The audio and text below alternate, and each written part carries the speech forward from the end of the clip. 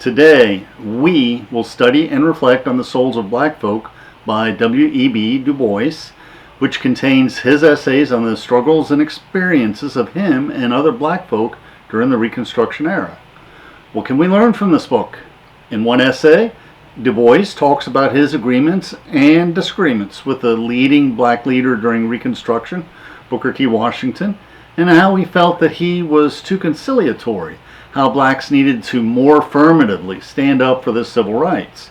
In other essays, Dubois also tells us his personal trials during Reconstruction when he was a young man and a young teacher, and what it was like to be a young black man, where black men were scorned and neglected and sometimes lynched in the Deep South. We always like to select quotes from the author himself. At the end of our talk, we will discuss our sources for this video and my blogs that also cover this topic. Please, we welcome interesting questions in the comments. Sometimes these generate short videos of their own. Let us learn and reflect together.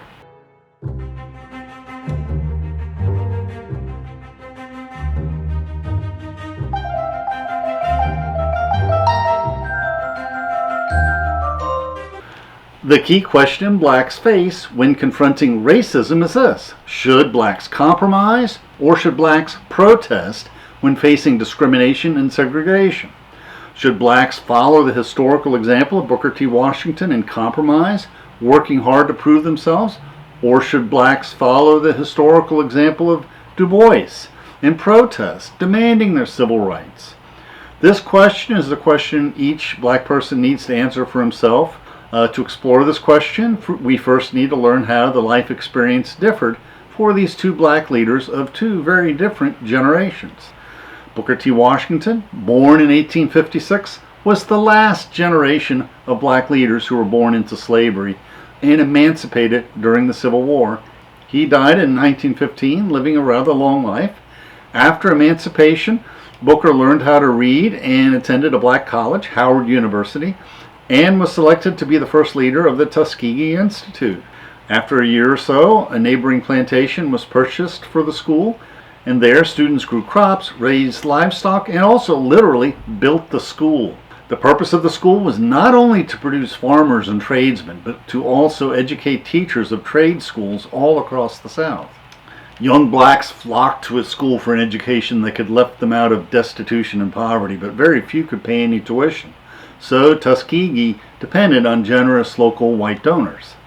After a few years, the financial needs of the college totally outstripped what could be raised locally.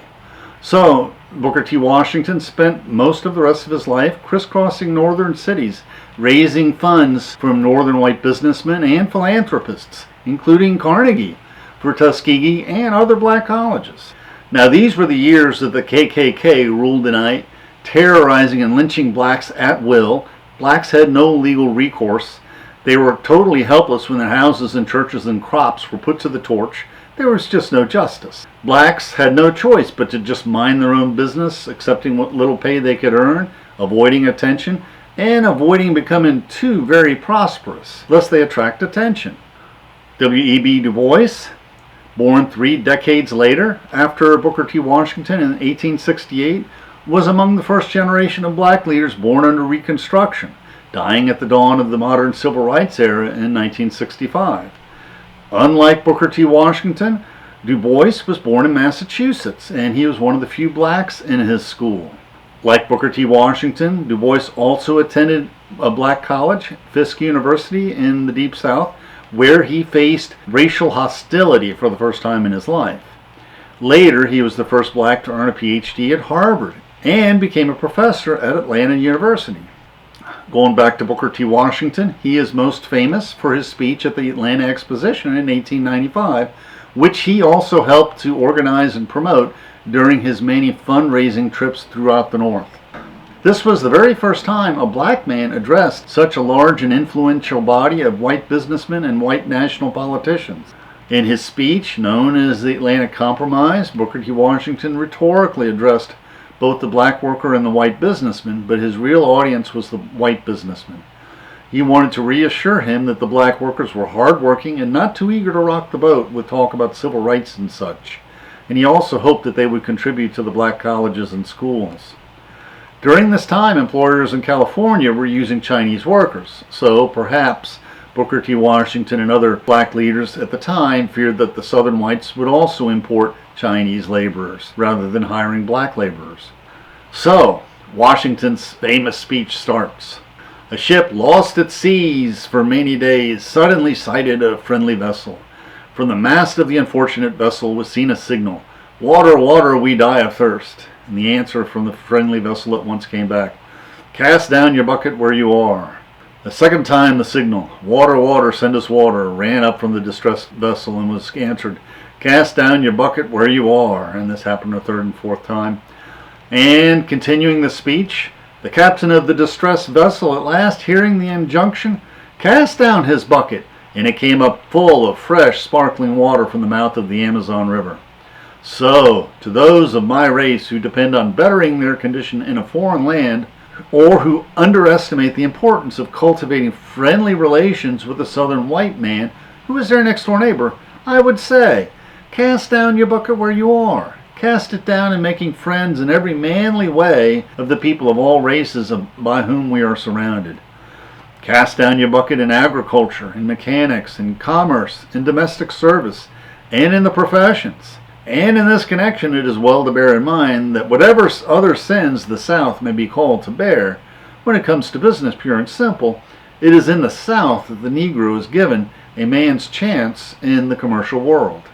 At first, Dubois joined in with the Atlanta Compromise movement, but soon he became restive and impatient, publicly feuding with Booker T. Washington, who at the time was asking black people, for the present, to give up on political power, give up on seeking civil rights and higher education for Negroes, and concentrate on the trades, accumulating wealth, and conciliating the South. What did the Negroes receive in turn? They lost their right to vote. The Jim Crow laws ground them down, and the Negro colleges were starting to be drained of their funding. Du Bois tells us in his book that Mr. Washington's career is a triple paradox. He is striving nobly to make Negro artisans businessmen and property owners, but it is utterly impossible for them to defend their rights and exist when they don't even have the right to vote.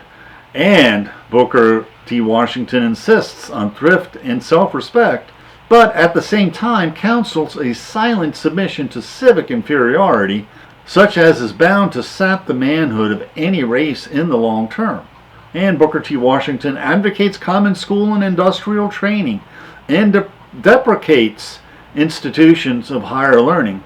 But neither the Negro common schools or Tuskegee itself could remain open a day were it not for the teachers trained in Negro colleges or their graduates. The common question that's often asked is the Negro himself responsible for his plight? Du Bois criticizes Mr. Washington. His doctrine allows whites, North and South, to shift the burden of the Negro problem to the Negro's shoulders, when in fact the burden belongs to the nation, and the hands of none of us are clean if we do not strive to right these great wrongs. What Du Bois does not tell us is that Booker T. Washington did not really mind his opposition. Booker T. Washington continued to compromise his entire life, so the donations would continue to flow from his white philanthropist friends, who were genuinely friends, seeking to help the black cause, but in a safe and genuine manner. And many of the donors would have been turned off by a rigorous pursuit of civil rights. Many years later, some of these funds were secretly diverted to Du Bois to help fund the agitation of the NAACP. The next generation of black leaders, led by Du Bois, would not need to be as compromising. And for example, Thomas Sowell wrote an essay on this topic, and he says Booker T. Washington privately not only supported efforts to safeguard civil rights, but also wrote anonymous newspaper articles protesting the violation of these rights, as did his trusted agents. He secretly financed legal challenges to the Jim Crow laws, sometimes paying the legal fees for black defendants. Booker T. Washington also worked behind the scenes to get federal appointments for blacks in Washington and postmaster appointments in Alabama, as well as lobbying presidents to appoint federal judges who would give blacks a fair hearing. Now going on to Du Bois's essay on the spiritual strivings of the black folk. As we discussed before, Du Bois was raised in Massachusetts and only suffered mildly racist attitudes until he attended public school. There, one year, he innocently gave a valentine to a white girl, and the shocked response really astounded him. He first encountered the virulent racism of the Deep South when he attended the black Fisk University in Tennessee, and the Jim Crow system of suppression of black voting, bigotry, and lynchings, which peaked in the years of his schooling.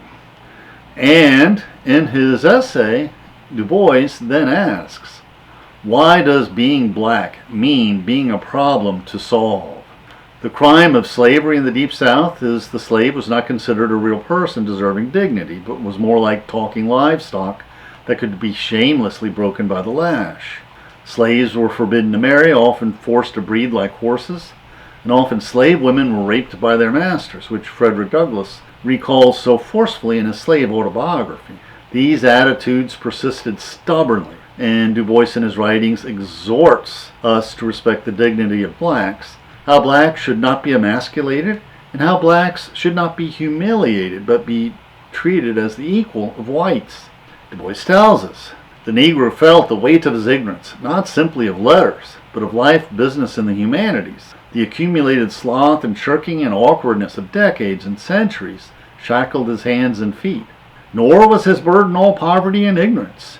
The red stain of bastardy, which 2 centuries of systematic legal defilement of Negro women had stamped upon his race, meant not only the loss of ancient African chastity, but also the hereditary weight of a massive corruption from white adulterers. Now you might ask, why did we select a photo of a dining room table at Booker T. Washington's Tuskegee Institute to illustrate our point? The point is simply that most northern freedmen like Du Bois and most northern whites were incapable of grasping how far behind the freed black slaves were during Reconstruction. Slaves really were treated like draft animals, and in addition to being refused an education, many slaves never ate at a kitchen table with silverware or slept in a bed their whole life, which meant they had no concept of etiquette, and often had very poor hygiene, and that caused them to be quite self-conscious around whites. Booker T. Washington tells us, we wanted to teach the students how to bathe, how to care for their teeth and clothing.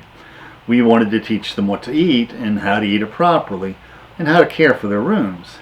Aside from this, we wanted to give them such a practical knowledge of some one industry, together with the spirit of industry, thrift and economy, that they would know how to make a living after they left us. Unlike Du Bois, Booker T. Washington himself described how he, as a former slave, had to humbly learn table manners and etiquette at Howard University, since slaves were not permitted to live with dignity. Regarding their attitudes towards education, we cannot say that either Washington or Du Bois was mistaken, but we can say they inherited their attitudes from different times, different experiences, and differing life situations. A trade education does make you more employable, but an academic education gives you human dignity and deepens your soul, so perhaps both are necessary. Du Bois coined the term double consciousness that has been used by American sociologists ever since. It is a peculiar sensation, this double consciousness of blacks. This sense of always looking at oneself through the eyes of others, of measuring one's soul by the tape of a world that looks on in amused contempt and pity. One ever feels this two-ness. One American, another a Negro, 2 souls, 2 thoughts, 2 unreconciled strivings, 2 warring ideals in one dark body, whose dogged strength alone keeps it from being torn asunder. And Du Bois also writes an essay about his first teaching job. Now, when he graduated from Fisk University, he worked 2 years at a small schoolhouse earning a pittance for his pay. He could not afford a horse, so after he graduated, he started walking through village after village, asking if they needed a teacher, and kept getting the answer, no, we don't need a teacher here, until he came to a ramshackle house, where a black girl named Josie Dowell excitedly told him the village was looking for a teacher for a new school. When he visited the commissioner's house, showing him his teaching certificate, not only was he hired on the spot, he was sort of invited to dinner. The whites ate first, and then he was served, and so he ate alone. Du Bois describes his one-room schoolhouse. The schoolhouse was a log hut where Colonel Wheeler used to shelter his corn. It sat in a lot behind a rail fence where a door once was, and within a massive rickety fireplace with great chinks between the logs which served as windows. Furniture was scarce. A pale blackboard crouched in the corner. My desk was made of 3 boards, reinforced at critical points, and my chair, borrowed from the landlady, had to be returned each night. Seats for the children, this puzzled me much. I was haunted by a New England version of neat little desks and chairs, but alas, the reality was a rough plank benches without backs, and at times without legs. They had the one virtue of making naps dangerous, possibly fatal, for the floor was not to be trusted. So, at least his young students wouldn't fall asleep in class. Dubois taught there for 2 summers, but many students were not able to attend regularly, for they had to help out with the harvest or at home. He liked to stay at the Dowell's house and sit on the porch eating peaches while the mother bustled and talked. How Josie had bought the sewing machine and how Josie had worked at the service in winter, but that $4 a month was mighty little wages. How Josie longed to go away to school, but that it looked like they would never get far enough ahead to let her. How the crops failed and the well was yet unfinished, and finally, how mean some of the white folks were. Now, w.e.b. Du Bois also wrote several essays on higher education for blacks, and he reviewed 4 decades of black education during Reconstruction, and from the end of the Civil War through 1876, the Freedmen's Bureau oversaw a frenzied effort to start up public schools and train black teachers. And after that, there was another decade of building public school systems in the South, and in the years 1885 to 1895, there was an industrial revolution in the South, which meant there was more demand for students graduating from trade schools. And after that, the trade schools and the teachers' colleges matured, and he noted that by the 1900s, over 400 Negroes earned their bachelor's degrees from leading colleges, and many more earned degrees from other black colleges. W.e.b. Du Bois was a proponent of the talented 10th movement that said that the top 10th of the Negroes should receive advanced education so they could enter the ranks of black leaders to advance the cause of their race. The Negroes must improve themselves, for one day the South will no longer be an armed camp for intimidating black folk. Du Bois also writes, the function of the university is not simply to teach breadwinning, or to furnish teachers for public schools, or to be a center of polite society. Above all, it should connect the real life and growing knowledge of life, which is the secret of civilization. 10 years after his teaching years, Du Bois visited the Dowells when he traveled to Fisk. That family had gone through many troubles in that decade. One of the sons was accused of stealing wheat from Father Durham and was thrown in jail. So he and another son fled the county. They could no longer work on their tiny farm, so they bought a house in town. And Josie worked in Nashville to help furnish the house. Du Bois tells us, Josie shivered and worked on.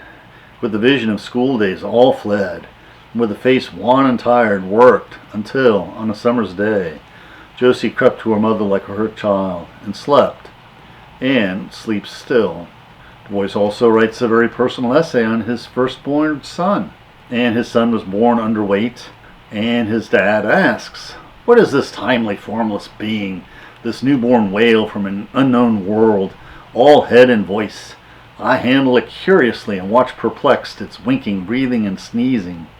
How beautiful he was with his olive-tinted flesh and dark gold ringlets, his eyes of mingled blue and brown, his perfect little limbs, and the soft voluptuous rolls which the blood of Africa has molded into his figures.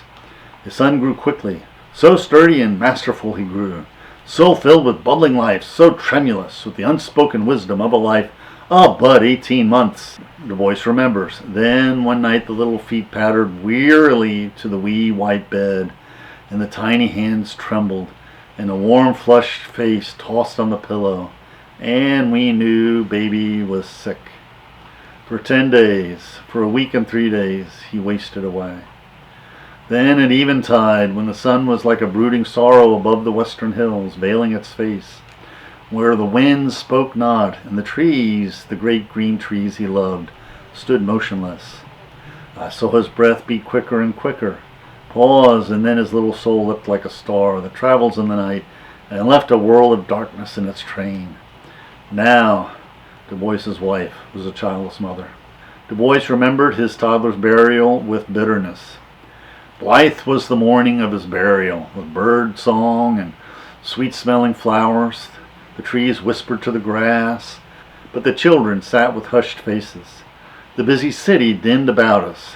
They did not say much, these pale-faced, hurrying men and women. They did not say much. They only glanced and said, "Nurse." Bois never tells us the name of his firstborn son. Maybe the pain was too great. And you might ask, where were the doctors? Where was the hospital? His son had died of diphtheria. He was born at home. He died at home. Because, you see, the hospitals in Atlanta only treated white patients. This was the Deep South. Stories like this repeat themselves up to the current day. When Republican states refused to integrate Obamacare with Medicaid, rural hospitals close. And when rural hospitals close, people die. When Republican states try to force the poor off Medicaid because they improved, they've been looking for a job, many of them who are too sick to work or even try to prove that they didn't need to look for a job because they were too sick, they lose their Medicaid and people die. We will close with the verse he quotes in his chapter, On the Wings of Atalanta, which reminds us that slavery harmed the souls of the enslavers as much as it harmed the enslaved. "O black boy of Atlanta, but half was spoken. The slave's chains and the master's alike are broken. The one cure of the races held both in tether. They are rising, all are rising, the black and white together." And now we will discuss the sources we used in this video. And these are the sources we used. Of course, we have The Souls of Black Folk from the Dover edition from Amazon. You could probably find this complete work on the internet for free. And as we mentioned, his language can be a bit flowery at times, but it's fun to read. And we also quoted from Booker T. Washington's autobiography, Up From Slavery. We got this edition with the autobiography of Frederick Douglass on Amazon. Very affordable, both very readable. And we quoted from the book of essays from Thomas Sowell and his essay on Booker T. Washington. The Soul of Black Folk also includes many essays on the life of plantations, employing black laborers, on how sharecroppers fell into cruel debt bondage, and on ramshackle shacks and black churches and spirituals and many other topics which we plan to cover in a future video on the Souls of Black Folk. Please click on the link for our blog on this topic in the description below, and please click on the links for interesting videos on other topics that will broaden your knowledge and improve your soul. Our videos on W.e.b. Du Bois are viewed 20 times more than our video on Booker T. Washington, but we encourage you to view Booker T. Washington's video also. Thank you.